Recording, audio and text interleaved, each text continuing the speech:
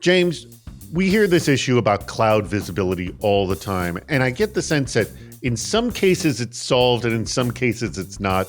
Where are we on that spectrum? The cloud moves fast. The cloud is great at, scales up and down. There's lots of new technologies, which is great in some senses, but scary in others. And so you need to make sure you can move fast too. How you go about doing that is through automation. Now, the second part to that is not only do you need to do that at speed, you also need to do that at depth.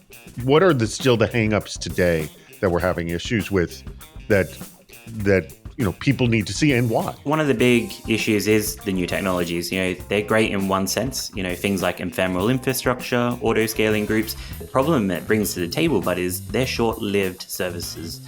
And so whilst in a lot of cases you can get high-level visibility from a detection perspective, you often need to understand the context of what is this suspicious thing in the alert, and how do you go in deep on that?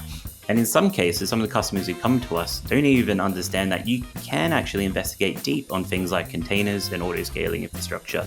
But the way we do that is through automation, and the cloud enables that. If something lives and dies in a period of minutes, then your ability to investigate lives and dies in a period of minutes, yes? Absolutely. It's scary, right? I've got some customers who have huge cloud environments, and they're purely using ephemeral infrastructure like containers in, say, AWS, just as an example.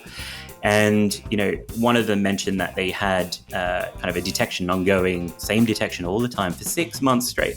So they're sleeping at night wondering, did someone get access to data? Did they expand their access to the wider part of the network? They could never investigate. And, it wasn't until they brought in automation into the picture to kind of grab that data when that detection fired off within that 15-minute window. And so they could actually investigate whether or not it's a true positive or false positive. And again, making sure they're tackling the risk in the right way. Excellent. Well, James, we're going to be talking about this very issue this Friday, January 27th on CISO Series for Super Cyber Friday. It's going to be hacking cloud forensics.